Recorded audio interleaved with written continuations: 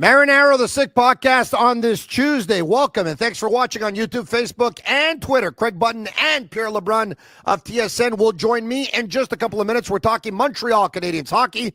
The Canadiens set to go on a very important 3-game road trip. They're going to be in Utah tomorrow night, in Vegas on Friday afternoon, and in Colorado on Saturday afternoon. They're taking on the Utah Mammoth, who the Canadiens beat several weeks ago in Montreal, but Utah was playing different then. Montreal was playing different now, and we'll see what happens.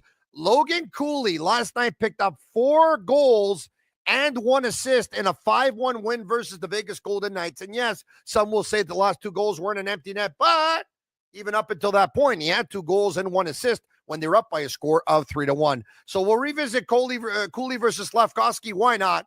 Let's have fun with it. Speaking of Slafkovsky, he's played much better in the last couple of games, and we're going to discuss that as well, or 2 of the last 3 games, that is. A Montreal Canadiens first line that is struggling, but the Canadiens coming off of a big win versus the Toronto Maple Leafs on Saturday night. Canadiens on Sunday signed Alexandre Texier. Of course, we're going to talk about it with Craig and with Pierre, and they recalled Adam Engstrom from the Laval Rocket. So much to talk about. Are the Montreal Canadiens still on the market looking for a depth forward? Are they looking for defense? Are they looking to move a defenseman? Are they looking to move a forward? What's going on? Craig and Pierre will definitely be able to tell us. They're coming up right here on the Sick Podcast. I'm Marinaro.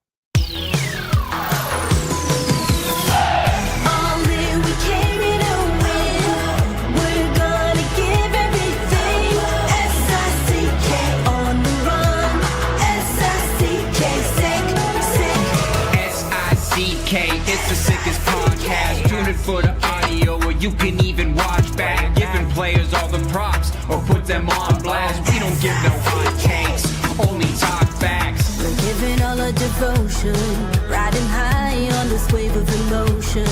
Going all out, yeah, cause this is our time. No, ain't no stopping us till we reach the finish line. All in, we came here to win. We're gonna give everything. S-I-C-K on the run. S-I-C-K, sick. On fire, we're ready to fight. We'll bring the house down tonight. S-I-C-K on the run. S-I-C-K, sick. Play it on the car ride, play it when you lounge.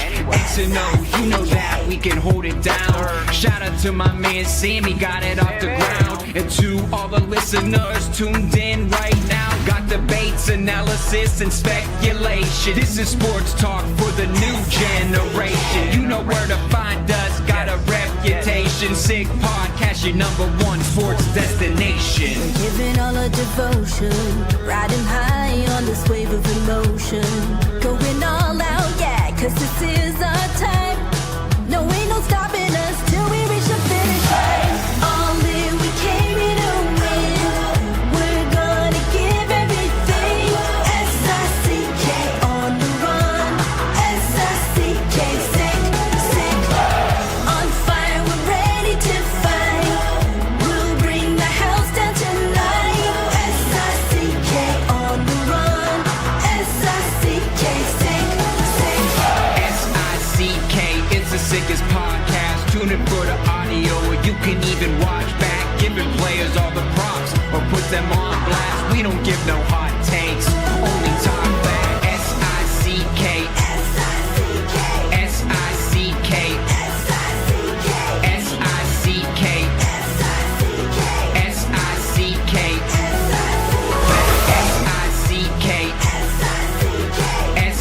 S-I-C-K, S-I-C-K, S-I-C-K, S-I-C-K.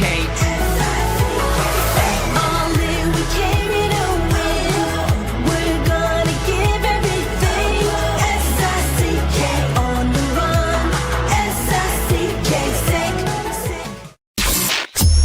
Turn up your volume. Because you're about to listen to The Sick Podcast. With Tony Marinaro 55 seconds left in the penalty, a minute and 27 seconds left in regulation time. Boston 4, Montreal 3. Lafleur coming out rather gingerly on the right side. He gives it into Lemaire, back to Lafleur. Oh! The sickest Montreal Canadiens podcast. You're in the spa! Sports entertainment like no other. Rejoint, on lui fait perdre la rondelle, une passe devant. Et c'est le dégagement et ce sera la victoire des Canadiens. Coupe Stanley pour les Canadiens. Le 23e de l'histoire. You found the dogs! John, you found the dogs! He found the dogs! And all together, they worked a young team to the top. And now, a 24th Stanley Cup banner will hang from the rafters of the famous Forum in Montreal. The Canadiens win the Stanley Cup. Brought to you by Energy Transportation Group. Driven to be different. La Vida Tibi. Embrace your true nature. And Playground, your premier gaming destination. It's gonna be sick. Marinaro, the Sick Podcast, and thanks for watching on YouTube, Facebook, and on Twitter. And thanks very much for being there once again. Special thanks to Alexis Lavoie-Martel, Shane Gaumont, and the Cavaleros, all on Master Control. This is very much a team thing. We're doing this together. So thank you for all of that. We have a lot of sponsors that I want to get to as well, and I want to thank all of them. So let's start with a couple. Sick Podcast brought to you in part by Energy Transportation Group, a leading asset-light 3PL that's driven to be different.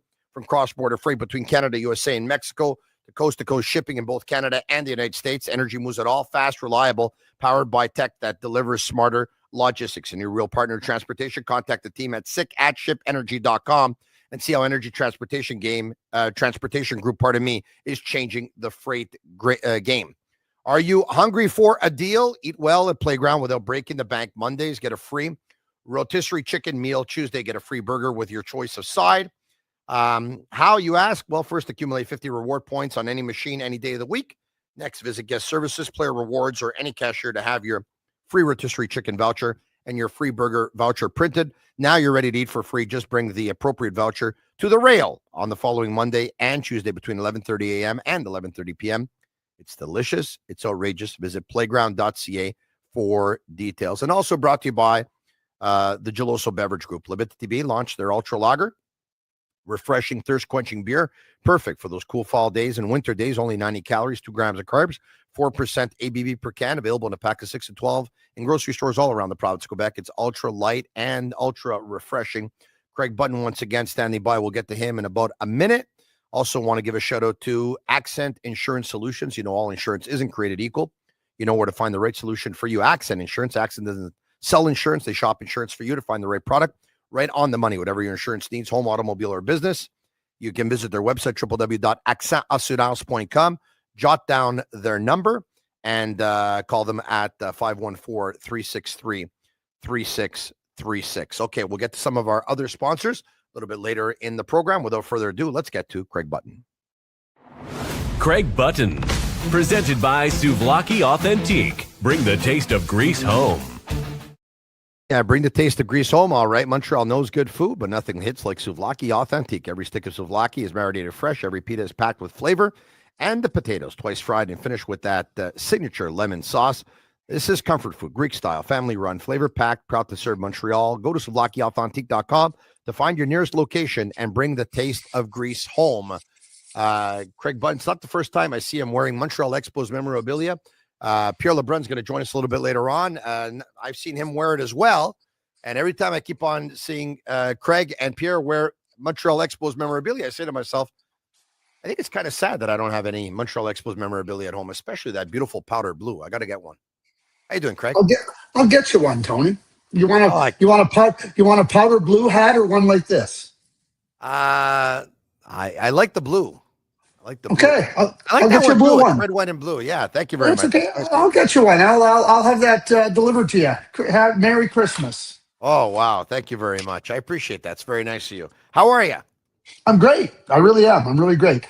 I'm also wearing the Expos hat to kind of, never forget about them. And also because when you think about the Expos back and, when that great season that got ended by the strike, they had so many good young players. They had a bunch of older players.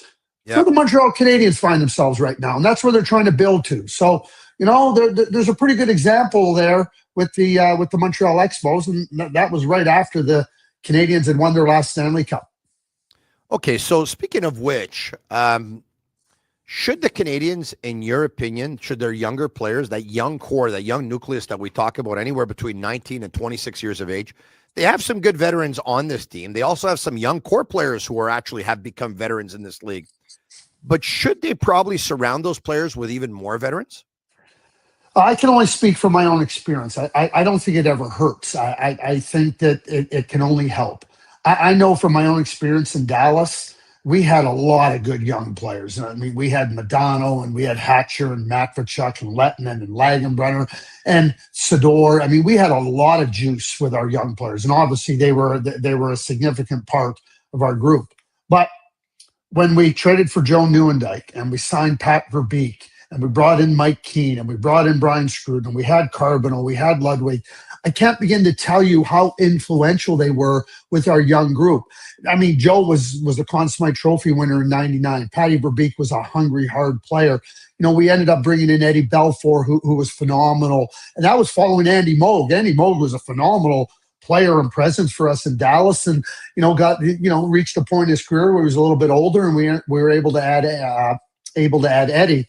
But I can't begin to tell you how influential those guys were for our young players. And it wasn't just what they did on the ice. It was a sense of calm that they had. They've been through the grind. They've been through the hard parts of seasons and emerged on top. And at the same time, had fallen short at times. So all those experiences could just keep a young group of players settled, not pressing, understanding what has to happen, a little bit of a push. It's not always about the coach.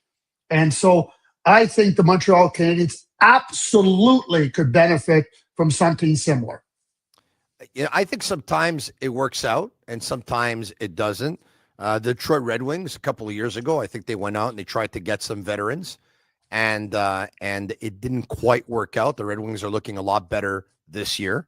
They were in a different spot, though. They were in a different spot, Tony. Detroit. They were trying to insulate their younger players from getting beat up in the NHL. I think Montreal is trying to take the next steps. We didn't get all those players in one fell swoop. You know, we traded for Joe Nieuwendyk. We were a bad team in 95, 96. Yeah.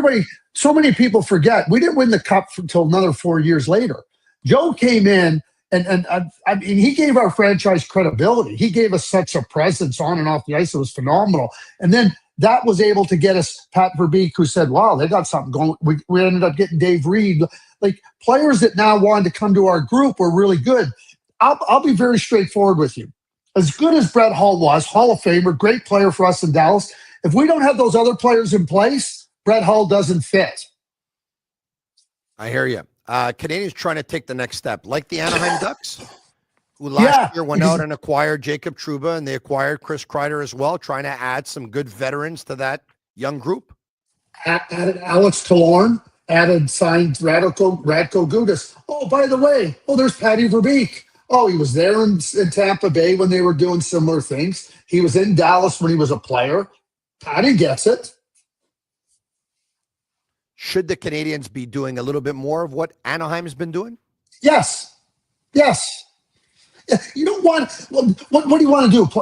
And I'm not saying this as a criticism. I admire and I think what Jeff Gorton and Kent Hughes have done has been really, really important. It's been really, really significant. And keep in mind, it's 4 years ago, almost to the date, when they made the change in the manager's office. Jeff came in later in that season in the early spring.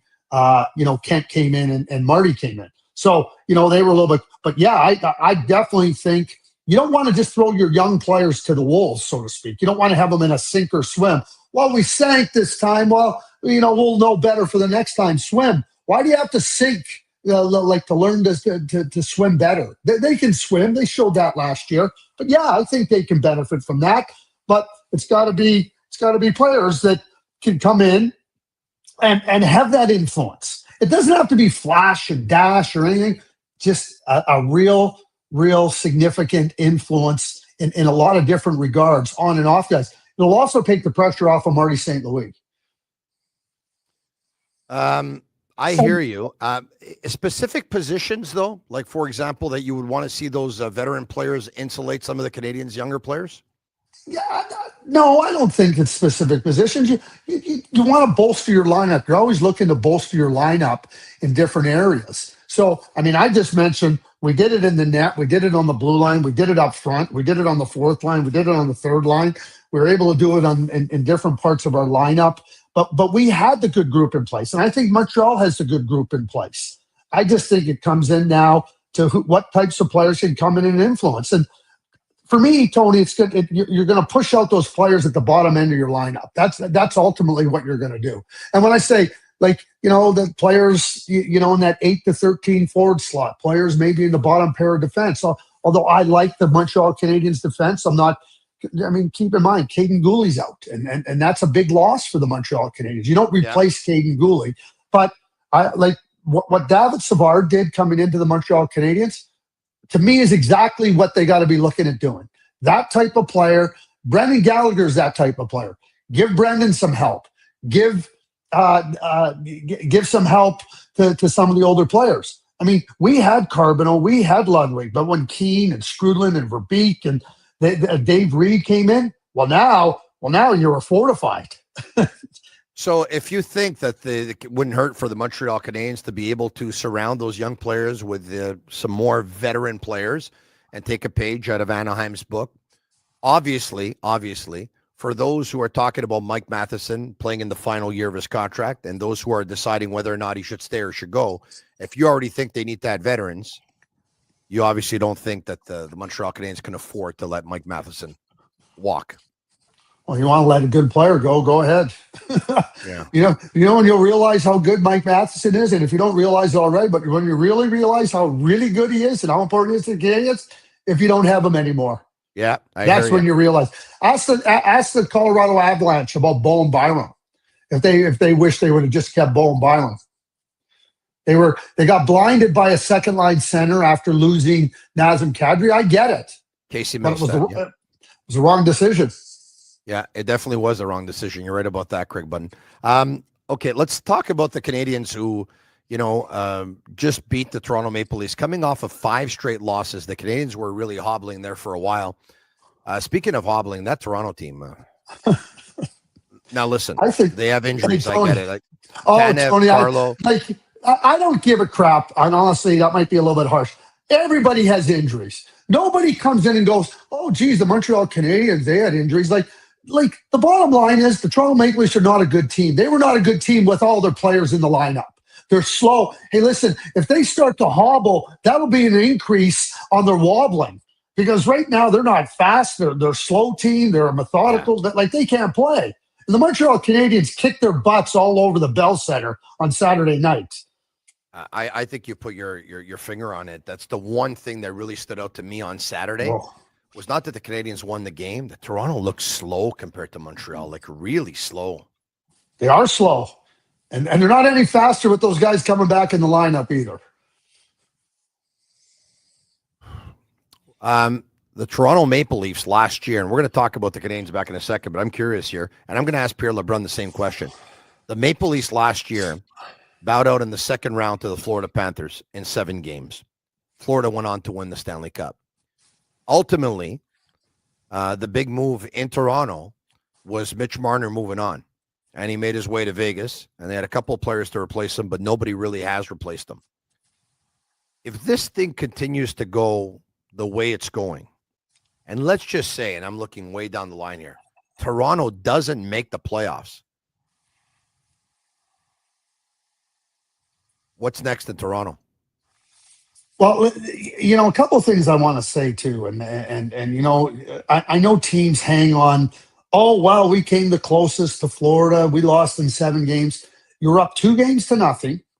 You're up. You had a good lead in Game 3 down in Florida, and from the moment you had that good lead after the first period, the Florida Panthers fully dominated the Toronto Maple Leafs. They ended up winning Game 6. With some great goaltending. They were badly outplayed in that game. They were tortured. And they lost 4 of their next 5. They shouldn't have even won the one they won. And so, you came close. No, you didn't. You won the first 2 games and you deserved it. And after that, you were walloped. It's much like the Edmonton Oilers in 2022. Calgary had won 50 games, and Calgary came into the Battle of Alberta in the second round of the playoffs. And Mike Smith was terrible. Well, guess what? Jacob Markstrom said, you want to see terrible? I'll double down on terrible. And they took advantage of Jacob Markstrom's absolute abysmal goaltending. And that's why they won that series. And then they got swept 4 straight by the Colorado Avalanche, the Stanley Cup champions. Don't think you're close when you're not close. And the Toronto Maple Leafs were not close last year. They weren't.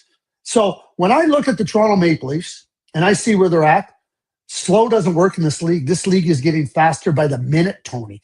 It's getting the younger players, the way you play, the pace, everything. They're slow. They got a slow blue line. They want to acquire slow players in the offseason. So now, what do you think? You're going to become faster by getting slower players? Their defense can't make plays with the puck. They're trapped in their own zone. The goaltending really bailed them out last year because their defense wasn't great last year. This year, it's near the bottom of the league, and the goaltending's not good. So now you're a slower team with goaltending that's not good, defense that can't make a play, and you're wondering, where do they go from here? They don't have a first-round draft pick. They don't have prospects. And the first-round pick this year, if it's not in the top 5, goes to the Boston Bruins. What does it look like? And you know what it looks like in Toronto? It looks like the sky is falling. And quite frankly, I don't see how it gets better unless there's significant turnaround and changes. I hear you. Let's talk about the Montreal Canadiens now. You've seen the best and the worst of the Montreal Canadiens thus far this season. You obviously saw them when they got out to a start of like 8-3 or something like that, and you saw them lose 5 in a row. And of those 5 losses, a 5-1 loss to Los Angeles Kings on home ice, a 7-0 loss to Dallas on home ice, and a couple of and last week on Thursday, an 8-4 loss to the Washington Capitals on home ice before rebounding with a 5-2 win versus the Toronto Maple Leafs on Saturday night. The Canadiens, as we speak, are out of a playoff spot. That's the bad news. The good news is that we've never seen probably this much parity in the league. It's unbelievable. Between first and last is like 7 points. It's crazy, 7-8 points. Were you able to put your finger on, besides obviously the goaltending problems they had, which were obvious, when they lost those 5 games in a row, on what the Canadiens were doing differently than when they had success earlier in the season? Yeah, what I would say is, in watching it, and I would consider myself watching it closely, I think that they got loose in their play. You think about some of the games that they lost. You're playing good teams in this league, and you have to. I say this about the puck. You got to treat the puck like it's a gold nugget, because when you have the puck, now you're in control. And if you don't treat that puck and you want to fumble it around and you want to make turnovers, you want to make plays that aren't going to be there, well, guess what? Now the other teams now can take advantage and you lose. You start to lose. And I think that a lot of Montreal's own problems were from their own fumbling of the gold nugget, the puck. Yeah. Bad decisions, bad turnovers, and now the other team's going the other way. Because good teams especially, go the other way. Look at the Dallas game, Tony. That game was a tight game. It was 1-0. It got to be 2-0, and all of a sudden it was 5-0. Why was it all of a sudden 5-0? Because Montreal created their own problems, and Dallas is a good team. They just said, "Okay, thank you. We'll take it. Yeah. We'll take it down and do that." And I think that was happening too much. One of the things that I love Marty St. Louis for so many reasons as a coach is that, he's going to coach, he's going to teach, he's going to be understanding. But after their 5th straight loss, they asked him in the press conference, "What do you got to do?" He goes, "You got to coach." Nobody goes, "I got to coach." And he took it, he understood that there was some issues. You're not going to fix them all at the same time. But Marty said, "I got to take this a hold." And I think it's about pointing out to the players, yeah, here's how we have success. Here's what we do really well. Here's why we haven't had success. I thought they played a terrific game against Toronto. I know the first 8-10 minutes of that game were a little bit, okay, trying to find your footing. But they took it after that. And I thought they played really smart and played really well. And even though the shot clock looked a little lopsided in that first 12 minutes or so. Montreal wasn't giving up grade A's. They weren't. They had things on, and I think that as you're trying to get into your semblance of structure, is that sometimes you got to just say, okay, they're going to get some shots, but they're not getting quality. And I thought that was a really good sign. The tests aren't going to get easier here. Utah, Vegas, Colorado. So, tough. Yeah, well, but that's good. Like, test yourself, see where you're at. And again, and if there's anything to build on, it's the Toronto game going into Utah and saying, okay, here's how we're going to play. Here's how we got to play.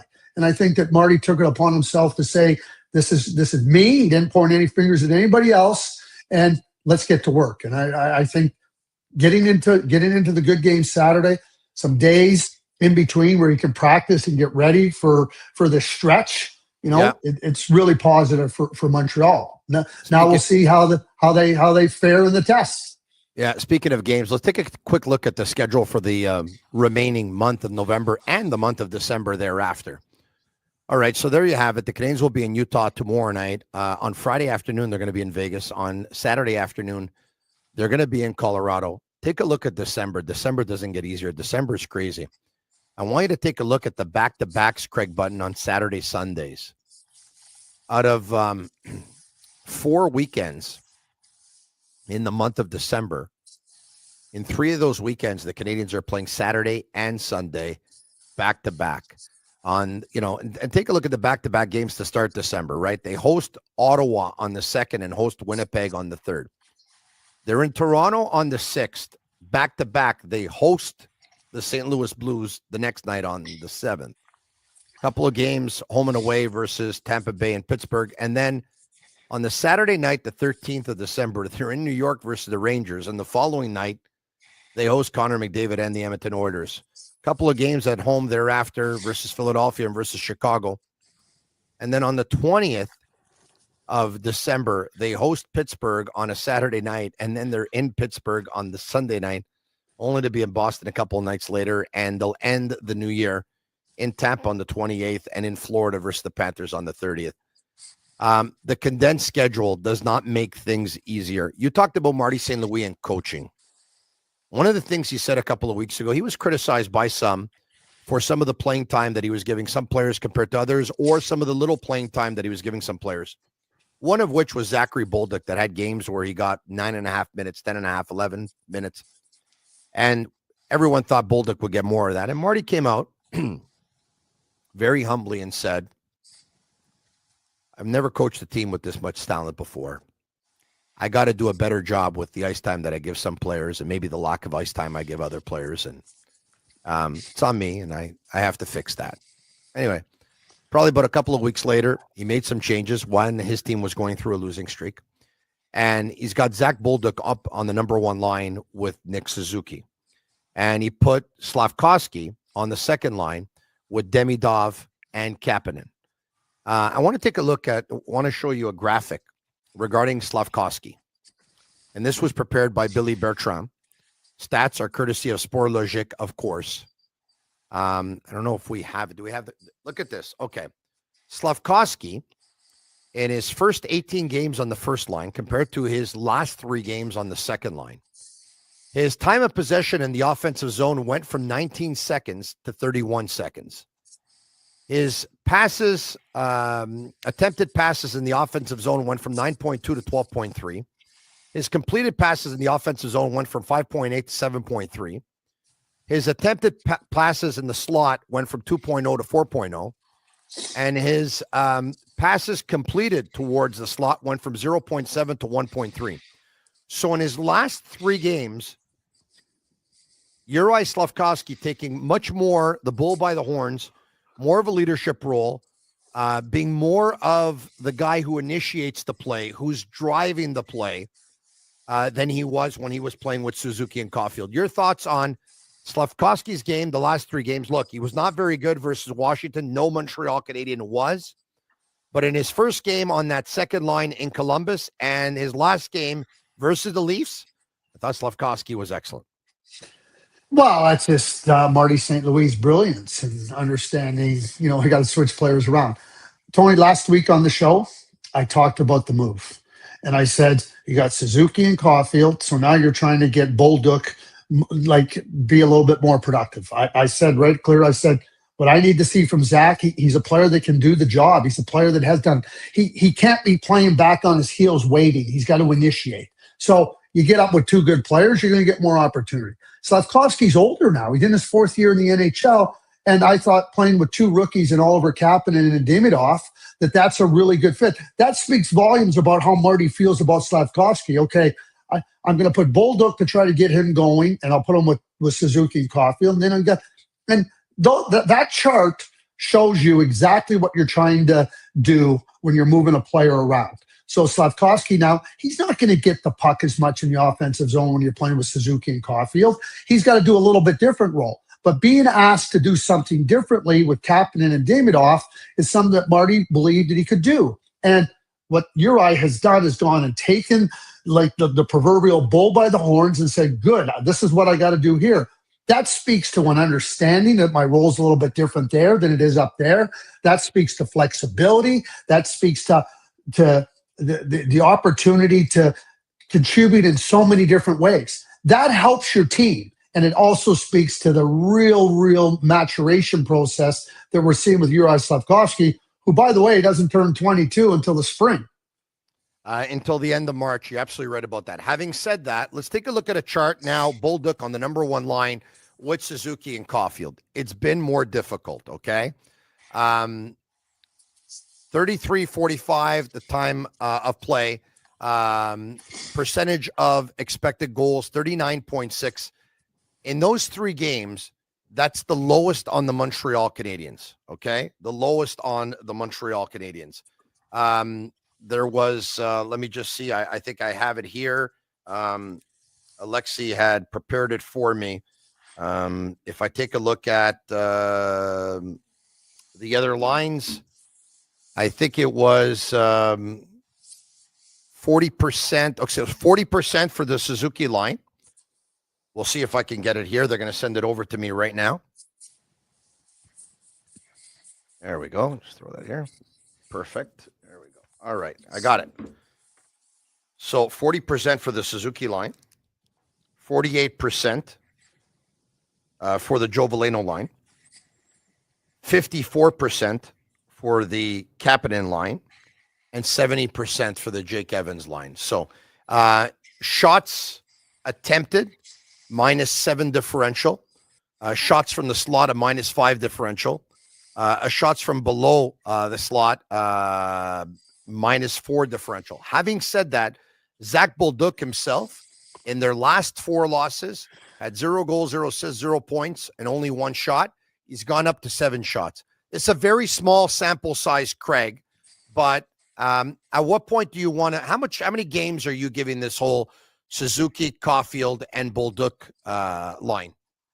Well, you're trying to keep balance in your lineup, right? And Yeah. certainly, what I keep talking about Zach, and I think there's more with Zach, and trying to build up his confidence, trying to get him feeling comfortable playing with 2 top end players. And you get your confidence by doing, not by hoping, not by and like, okay, let's see what's unfolding. You got to do, and he just got to trust himself, trust his first instincts, and go and play. He's a smart player. He's got skill. Now go and play. Don't be overthinking it. He looks like when I say back on his heels, it's like he's like a half a step slow in everything he's doing. So that's gonna create problems in your defensive zone and transition the offensive zone. Now, the question to answer is, how long do you stick with this? Again, I talked about their next 3 games against really good competition on the road. I don't know how long you can stick with it. I don't know how long you can sit there and go, okay, what can we do? Which is a big reason why they signed Tessier. Because I think Alexander Tessier is a skilled player, top 6 player. And, Zach Bolduc might very well find himself deeper down the lineup, even when they start playing in Utah. Or it might be a very short time if he doesn't show something. But get the internal competition going by getting another NHLer here, right? Well, and hey, listen, again, you start to look at what your options are. Joshua Waugh hasn't taken a hold of it. I mean, Joshua Waugh has regressed in his game. I mean, the bottom line. And so you're not going to turn to him, right? And now you sign Tessier. He's got NHL experience. He's got skill. I don't think it'll be.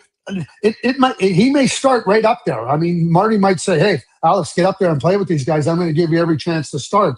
So when I say a short period of time, that would be the longest. There might be no time for Zach Bolduc up there with the top guys.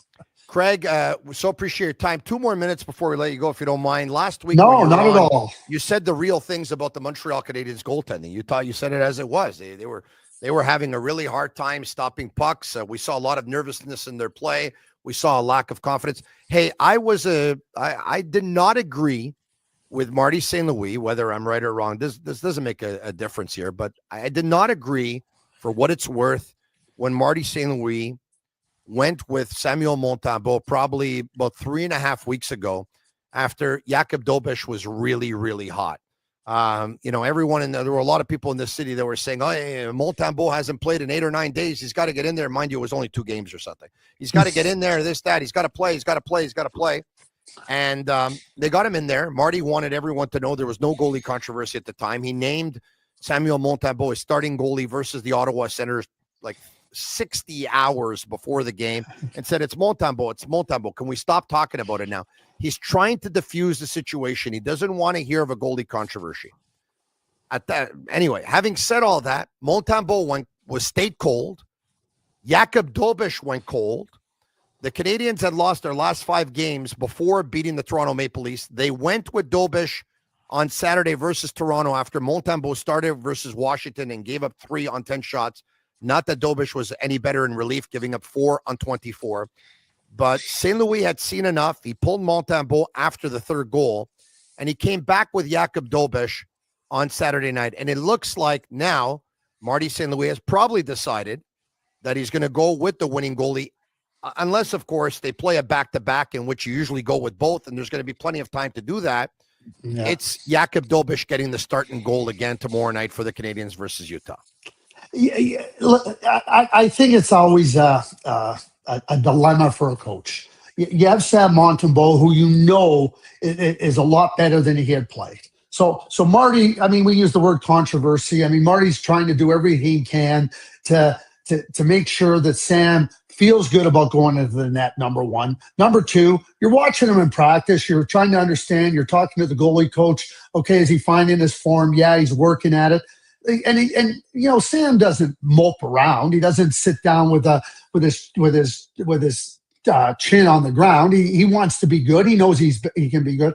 And I think that Marty was trying to do everything he could to try to make sure that Sam could find his way. But you do reach a point where now the play of the goaltender now dictates that, like, he's not afforded the same grace. And I think that's where Marty's arrived. Now, you need Jakub to be playing well, too, because one of the things that I said is, don't look outside. You might have to look to Laval and bring up Jacob Fowler as a short-term if neither one can find him. Jakub played really well against Toronto, did the things he needed to do. And now it's about, hey, who gives us a chance to win on any given night? And I think that's where Marty finds himself, rightfully so. I agree with the grace that he gave Samuel Montembeault. Grace period is over. Yeah, and Adam Engstrom has been recalled from the Laval Rocket as well, who's played some great hockey, by the way, in Laval. Came up big on the weekend. He's like their third leading point getter. He's like one of their third leading goal scorer. Like, he's having a great year for the Rocket. Let me say that I watched both those games on the weekend when they played Belleville. Yeah. Right? So did I. Those games. Friday night and Saturday afternoon. And I got to tell you, like, Adam looked like an NHL player in the American Hockey League. And, it became so obvious in how assertive he was, how sure he was of himself. I mean, the winning goal, I mean, everything that he did. I mean, I'm watching, I'm going, oh, he looked like an NHL player. So that's what you got to do. Show that you can play in the NHL. He gets his call, get in there and play and keep doing. And like I say about Zach, if I'm telling Adam, what you did in Laval, come and bring that same game here.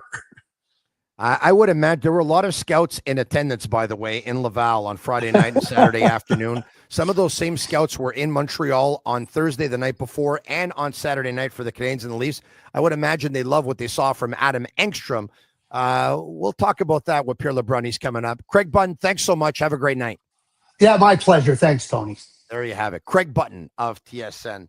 Awesome collaborator that we have with us, of course, every Wednesday. And a special thanks to all of our sponsors and, of course, Souvlaki Authentique, who bring you Craig Button every Wednesday. All right, okay. Some of our other sponsors tomorrow night, the Canadiens and the Utah Mammoth. Who do you have? Go all the way with Betway. Get a deposit matchup bonus up to $300 on your first deposit. Scan the QR code on the screen or click on the link in the details section to create an account. Redeem your welcome offer. Offers only available for new customers. Terms and conditions apply. Offers not available in Ontario. Must be 18 years of age and older. And please play responsibly. If you still haven't bought your winter tires, time's running out. If you're in Quebec, you have until December 1st to get your tires installed.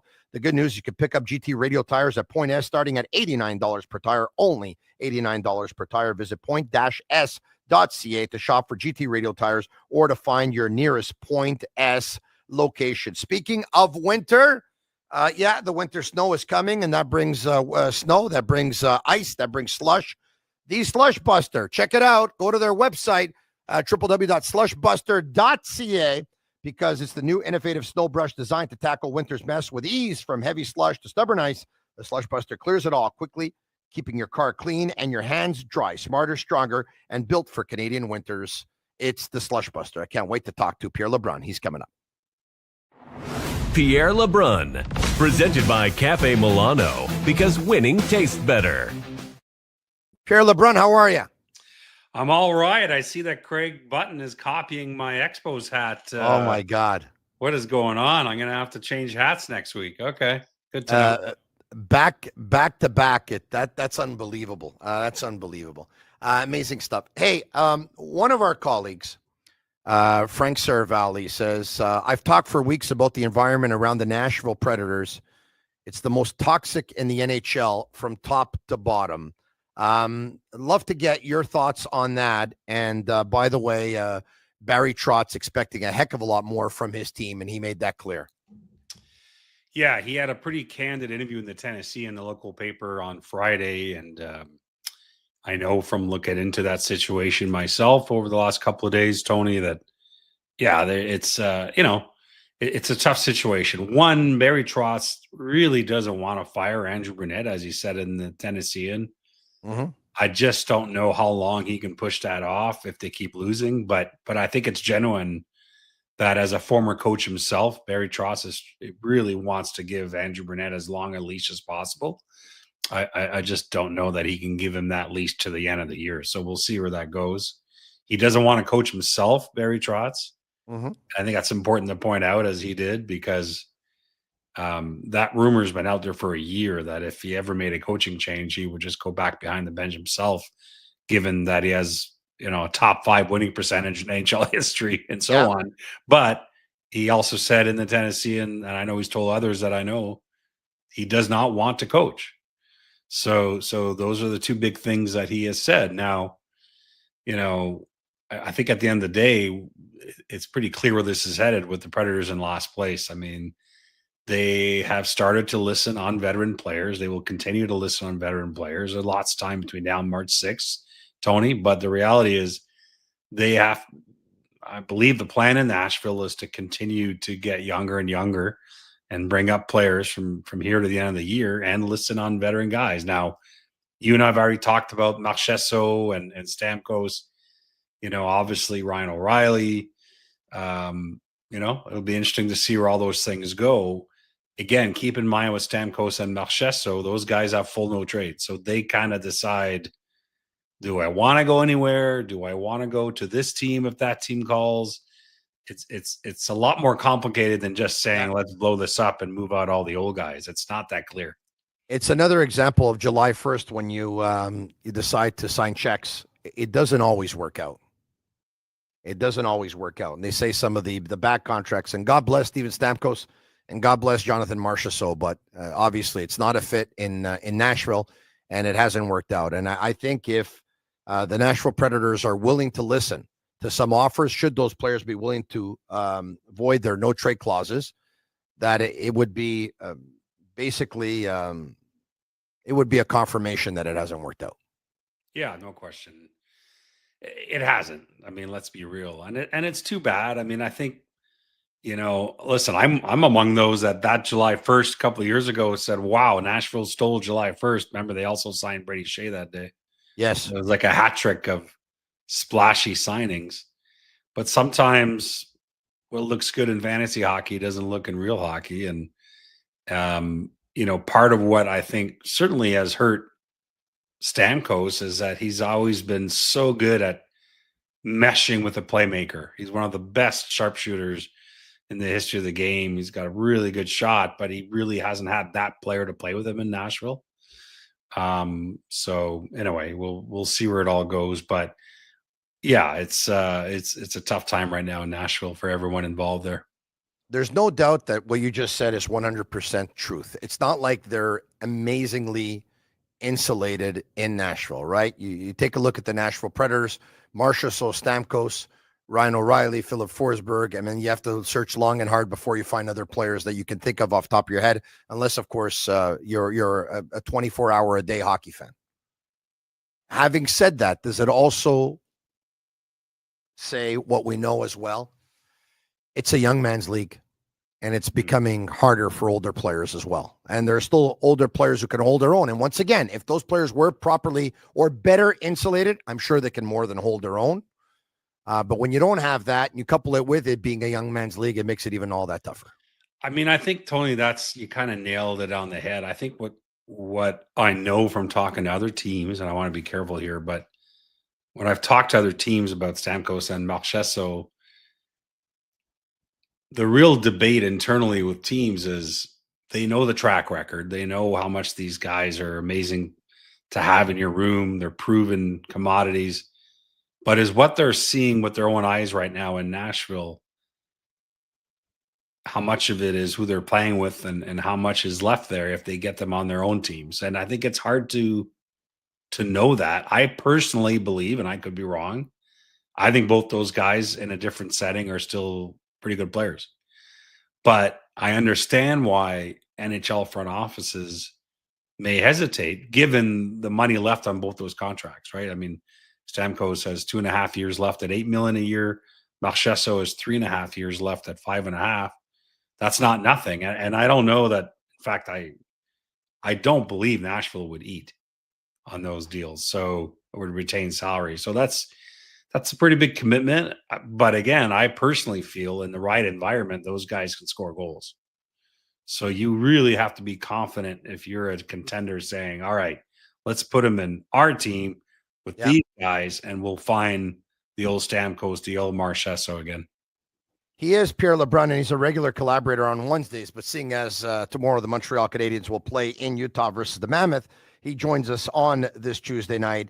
Pierre LeBrun is brought to you by Cafe Milano. Sports commentary doesn't stop at the buzzer, and neither does Cafe Milano, a true community cornerstone in St. Leonard with buzzing spots in Laval and Pointe Claire. They're serving up banger sandwiches, and my personal favorite being the sausage sandwich with spicy marinated eggplants, vibrant salads bursting with flavor, and lattes and espressos that keep the energy high through overtime. Cafe Milano in St. Leonard since 1971, in Laval since 2019, and DDO since 2022, and soon to open in 2026 on the South Shore of Montreal in Brossard, not too far from the Montreal Canadiens training facility. Pierre, when scouts are at games, sometimes it means something and sometimes it means nothing. Sometimes it means they're just passing before they catch another flight. Sometimes it means that maybe they're gathering for a group meeting somewhere close, whatever it can mean. Sometimes they're visiting family if they're from here. But when the Nashville Predators have two scouts in Montreal for Thursday night's game, they take in the Laval Rocket games Friday, Saturday, and are in Montreal for the Canadiens and the Leafs on Saturday night. It leads a lot of people to think, those two teams must be talking. Are the Habs and the Predators, based on what you know, are they talking? You got to be careful to read too much into that stuff in terms of scouting assignments, for sure. What I would say is that, there's no question Montreal is aware that guys like Marchessault is available, and that, a guy like Ryan O'Reilly, I think, would fit Montreal's needs if the Predators decide to go down that route with him. And I think they will listen on him. I think that it's premature to suggest that anything significant has happened in terms of those conversations. But I think if you're Nashville, what's more significant is that you're going around to all the playoff contenders and keeping a close eye in terms of what's in the system for all these teams. That's what I think I would read into that more. And you mentioned Engstrom, like, he's a guy I know that a lot of teams around the league have circled and said, I wonder if we can get him out of Montreal. Just Get in general. line. Get in line. Well, he's good. Right? Yeah, he's good. Yeah. So, Yeah. And that's where it's going to start to get interesting for the Habs because, I said this last week, I think, but I certainly wrote it anyway in The Athletic. But, I think Jeff Gordon and Kent Hughes will not lose the goal here. They will not make a major trade that's about salvaging this year with all the injuries or, anything they do that's big is more than about this year still. They do not think they're one trade away from being a Stanley Cup champion. Let's be real. So yeah. So if they do something, it's to help the team more than just trying to get back in the playoffs and trying to win a round or whatever. But what's going to become hard for them here in the next year or two is that they may face that situation where there's a trade on the table that helps them move the program along in a more competitive way and give up the type of young player that, boy, when they drafted him, they didn't think they were going to trade him. That's the reality, that they're getting into some tough. This is the most delicate part of the process, I think, when you've gone from a rebuild to a team that makes the playoffs to want to take the next step, is other teams trying to pry assets from you that you really don't want to give up. And yet there might be a trade there that is just too good to pass up, because it does move the team a step forward. And anywhere between 3 years and 10 months to 4 years later, Gordon and Hughes have never swayed from the plan, ever. So you're right about that. Having said that, there was all kinds of panic in this city. Some of it actually even here on the podcast, yours truly, before the Canadiens beat the Toronto Maple Leafs, because the goalies just had a really hard time stopping pucks. Yeah. Their save percentages in their last 11 starts before the game versus Toronto, there were probably about 7 save percentages out of 11 starts that were under 900, and some of them were in the 600s. You heard right.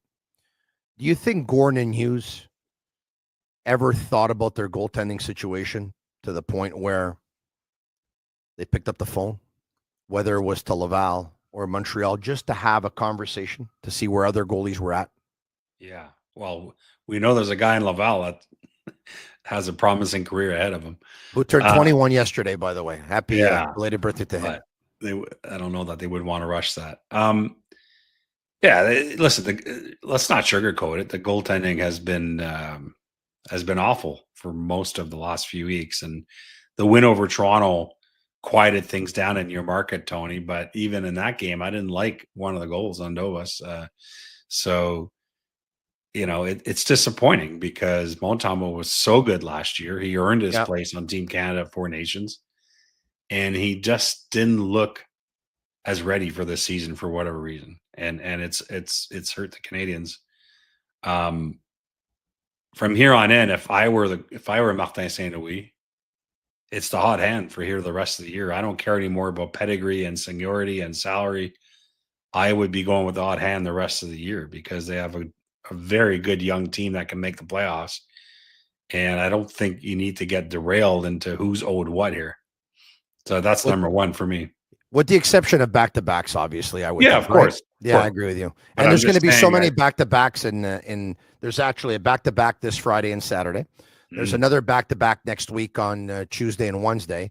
And then the first 3 weekends in December are actually going to be back-to-backs. But I agree with you, Pierre. And by the way, I just mentioned this to Craig Button. I thought Marty St. Louis should have gone with Dobish about 3.5 weeks ago when he decided to go with Montembeault over 2 straight games, and then Dobish cooled off and Montembeault stayed cold. So, but I agree with you. Speaking of goalies, a name that keeps on coming up, of course, is Ukko-Pekka Luukkonen, 26 years old. I don't know if we have his hockey DB, if we can bring it up, but if we can, here you go. Look, there's a lot of temptation for a 6'5" goalie who's 26 years old. I get that for sure. There's no doubt about it. He's got a cap hit of $4.75 million for the next 3.5 years. Is he on the block? Not that I know of, Tony. I know, I've seen his name out there too, but I don't believe the Sabres are actually trying to move him myself. That doesn't mean, anything can happen, but my sense is that's not a thing right now. Okay, a couple of other situations I want to talk to you about, and I asked Craig Button too. We saw the Toronto Maple Leafs, and I get it; they have injuries. Craig wasn't buying it though. He says every team has injuries. You have to win games even without the injuries. And I hear him because the Tampa Bay Lightning have been decimated with injuries, notably to Victor Hedman and to Braden Point. They had Anthony Cirelli out at one point. They had Nick Paul out at one point. They had Ryan McDonough out at one point. Bunch of injuries. They've gone from like last to like first type of thing. Like that's a big jump they've made in the Atlantic. Mind you, there's not that many points separating first and last. The Toronto Maple Leafs, last year, they lost out in the second round. And the move was Mitch Marner found a new home in Vegas. If this thing keeps on going the way it's going, and they can't get back to their winning ways, you think their next move is kind of already planned? Like what kind of move you think they would be looking at? Because I don't think Toronto would be different than Montreal, right? Toronto would have to panic.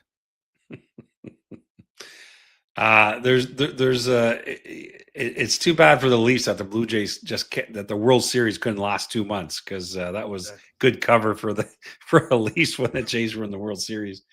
No, there's a lot of concern, and the thing is, the concern with the way the Leafs were playing started way before all these injuries. Now, they are incredibly banged up, but even before all that, they weren't right. They actually had a really soft schedule to open the year. Didn't take advantage of it in terms of their home schedule and who they were playing. I think the surprise to management, Tony, is how bad defensively they've been. They didn't expect that. Last year they were a very good defensive team. Just look at the numbers. It's not an argument. It's just a fact. They were a very good defensive team last year. Yeah. With strong goaltending. This year they're not a good defensive team, and they haven't had great goaltending. So, but one thing I'll say on Mitch Marner, because of course, if the Leafs continue to struggle, it's just going to magnify his absence for sure. But I think it's important to remember this, especially for those listening who don't follow the Leafs every day. Mm-hmm. It's not like management had a say. Mitch Marner wanted out. So it's not like, well, how could they let him go? They had no choice. He was UFA. Yeah. So it wasn't about, we don't want to sign him. No, the Leafs, not only the Leafs were willing to sign him, they offered him more money than what he signed for in Vegas, Tony. So I think it's important if we're going to do revisionist history. Yeah. I don't know. That's the one thing I don't know how you criticize management for not having Mitch Marner when Mitch Marner didn't want to stay, I guess is what I'm saying. So the criticism is that they obviously haven't done a good enough job replacing him. And of course there was no one at his level available this summer. But he's a huge hole, and not so, offensively, the Leafs have actually scored goals this year. They're trying to outscore their problems basically. Yeah. But the problem is Mitch Marner was a guy who used to get Selke votes. He's a all around 200-foot gem. He does it all. And that part of it, certainly they miss. A quick question on the Canadian teams before we let you go. So we'll talk about some of the Canadian teams, but just in ending, another one of those scouts that we talked about was Peter Chiarelli. The St. Louis Blues have scouted the Montreal Canadiens. I would imagine they're scouting everybody. Jordan Kyrou, 27 years old, second leading point getter on the team, seasons of 27, 37, 31, 36 goals. Why does his name keep on coming up?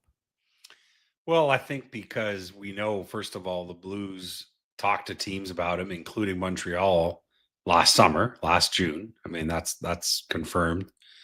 And that was because the Blues kind of wanted to make a decision on him before his full no trade kicked in, and it did on July 1st. And that's important to note, because now, even though teams might be phoning on him, Jordan Kyrou holds all the cards. And the last I checked, and I haven't checked on it in about 7 to 10 days, but the last I checked, Jordan Kyrou was not of the inclination that he wanted to waive. But, ask me next week. I mean, the players are human beings, and sometimes they change their mind. But I would say on Gyro, for all the noise that's around him, he actually decides his future. All right. If the playoffs were to start today, I mean, yeah, the Canadiens would be in, I guess, maybe because they played one game less than the Ottawa Senators. But let's just say the playoffs started today. Toronto would be out. The Edmonton Oilers would be out. The Winnipeg Jets would be out. The Vancouver Canucks would be out. And the Calgary Flames would be out. So a couple of quick questions on all these Canadian teams, and then I'll let you go. Calgary, what's the future of general manager Craig Conroy in Calgary? Yeah, so his Eric Francis revealed this over the last couple of days. The columnist who covers the Flames for Sportsnet, Conroy, which I've confirmed, Conroy's on an expiring deal, which is interesting. It's not actually that unusual. In fact, when Brad Treliving left Calgary, he was on an expiring deal, and people kept thinking, well, he'll sign, and then he left. So it does happen that GMs are on expiring deals. In fact, I'll tell you, last year it didn't get a lot of attention. Don Sweeney was on an expiring deal as GM in Boston, and then he ended up signing. So I think he gets less attention than coaches because the GMs aren't in front of the camera every day. But yeah, Conroy needs a new deal. I think he'll get one. So I'm not too concerned about that. But to answer your question, man, I mean, Calgary's got a lot of work ahead of them. The owner doesn't want a full rebuild. The owner doesn't even want Nazem Kadri traded. So, can you convince ownership of changing their mind on that? Because I think they should be looking at their veterans. Blake Coleman, I said this before, but Blake Coleman, there's a lot of teams interested in him. He's got a year and a half left on his deal. Yeah. But I think what the Flames are trying to do is, yes, get younger and retool, which they've done for the last 2 years. So continue to retool, but they don't want to drop a grenade on the entire roster. That's not the way they want to go. Do you have a timeline as to when you think the Vancouver Canucks are going to come up with a decision as to what direction they're going to go here with Quinn Hughes? Well, they sent, what happened in the last couple of days, Tony, is that the Canucks GM Patrick Allvin sent a note to other GMs saying, hey, we're listening on our pending UFA veteran guys. So that's why all these stories have come out in the last 24 hours about Vancouver listening. But the reality, you're talking Kane or Bluger, it's not, we're not talking blockbuster here.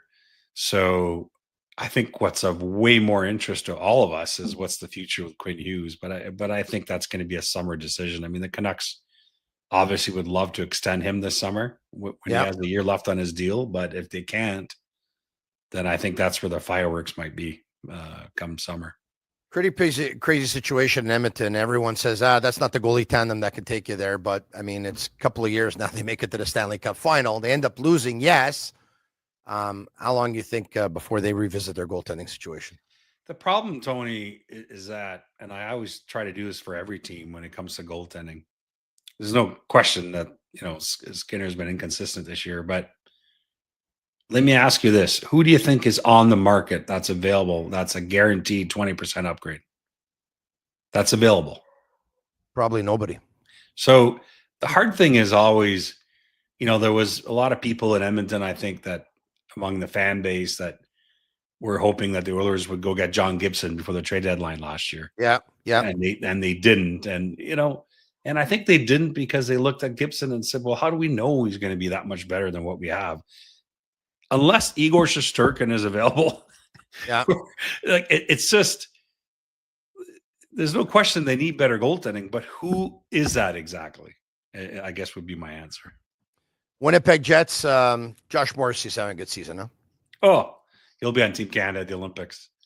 Yeah. They love them at Four Nations, and he's just so consistent. They know what they have with him. And the Jets, I really wish to get more national love. Like the Jets, just every year, they're just there. They're a good team.